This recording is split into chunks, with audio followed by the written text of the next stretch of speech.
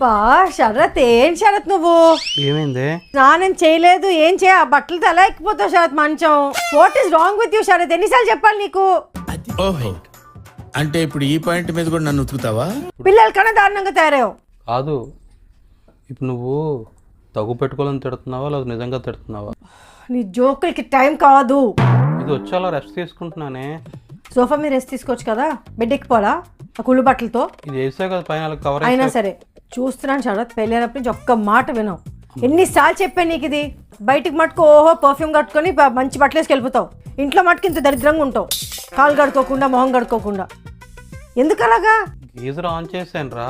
So geyser on చేస్తే బయట కూర్చోవచ్చు కదా, బెడ్ మీద కూర్చోండి. నీకు తెలుసు నాకు ఇష్టం లేదని. అమ్మని అమ్మ, నువ్వు మొదలు పెట్టావు.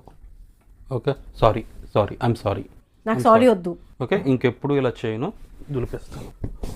ఇవే ఎక్స్ట్రాలు అంటారు వీటినే. స్నానం చేసేసుకుంటానే.